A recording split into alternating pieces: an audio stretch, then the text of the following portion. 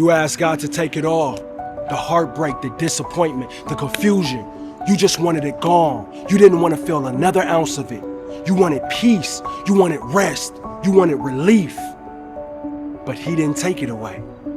Instead, He let it stay. He let it sit with you. He let it stretch out inside of you until you couldn't tell the difference between growth and grief. And you didn't understand it. You thought maybe you were being punished. You thought maybe He left you. Maybe you weren't worth saving. But hear me when I say this.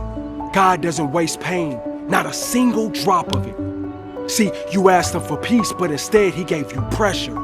The kind that makes your chest heavy when you wake up in the morning. The kind that makes you question if you are even built for this. Not because He wanted you to suffer, but because He knew that peace that isn't tested turns soft. He knew real peace, that the kind that doesn't flinch when life shakes, only comes after pressure has had its way with you. You asked Him for comfort, but He handed you discomfort. He let the tension linger. He let the people you depended on fall short. He let you sit in rooms that felt too tight, jobs that didn't fit, relationships that no longer aligned, because He was pulling you out of places that were too small for the purpose He planted inside of you. And discomfort was the only way that He can get your attention. If not, you would have stayed, you would have settled. So He made it impossible for you to stay. See, you asked for clarity, but He handed you confusion, not because He's trying to make you lost, but because He's rearranging your understanding. He's teaching you to walk by faith and not by sight. And faith ain't always about knowing where you're going. It's about trusting who sent you, even when the map is blank and the light looks dim. See, you asked for rest, but He didn't let you sleep. He didn't let you sleep on yourself. He shook you awake in the middle of the night. He kept your spirit restless, not to torment you, but to stir something inside of you that you kept trying to silence. Because deep down, you knew there was more inside of you, more ahead of you, more He's trying to build through you, and you couldn't find that kind of fire and comfort. He gave you everything that felt opposite of what you asked for, not to hurt you, but to grow you, to stretch your capacity, to show that you're stronger than you thought, to prove that pain doesn't cancel the purpose, it actually activates it. And when it didn't make sense, when it felt like betrayal, He was actually being faithful in the most confusing way. And that's okay, because sometimes the blessing isn't in what He gives you, it's in what He withholds, so you can become who He's calling you to be. See, in James 1 verses 2-4, it says, "Consider it joy, my brothers and sisters, whenever you face trials of many kinds, because you know that the testing of your faith produces perseverance. Let perseverance finish its work, so that you may be mature and complete, not lacking anything." This right here, what you're going through, is a test. Not because God wants to see you fail, no, but because God is preparing you to carry what you've been asking Him for. This isn't punishment, it's just preparation. This is proof that He's still working, because if He wasn't, the pressure would have never came in the first place. God didn't give you what you asked for because He was giving you what you actually needed. You wanted Him to fix your situation, but He was focused on fixing you. He knew that the weight of your calling couldn't sit on a version of you that was still holding on to broken pieces. So He allowed the fire, not to burn you, but to refine you. He allowed the storm not to drown you, but to anchor you. That's why they left. That's why the door slammed shut.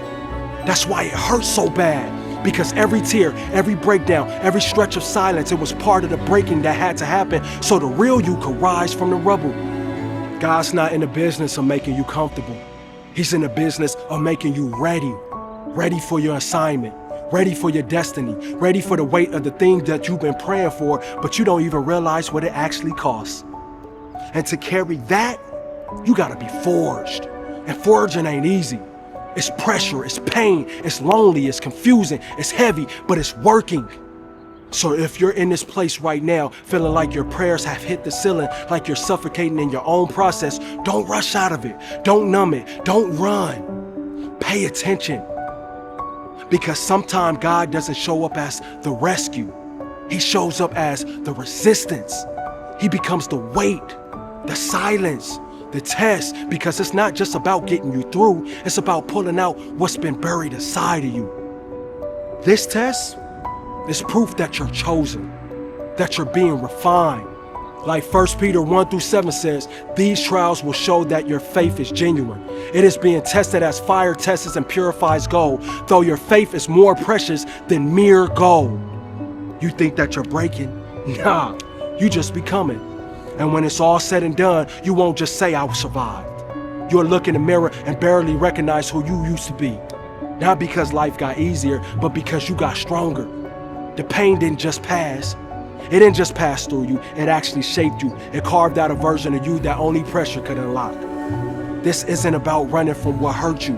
This is about rising from what shaped you.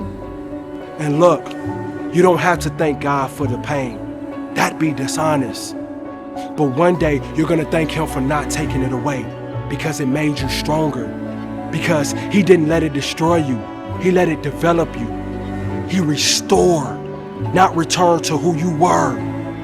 Rewritten, unshaken, unapologetically transformed. And that's something that only the fire can do. So you better thank God for everything that He put you through and understand that it has made you stronger for the better.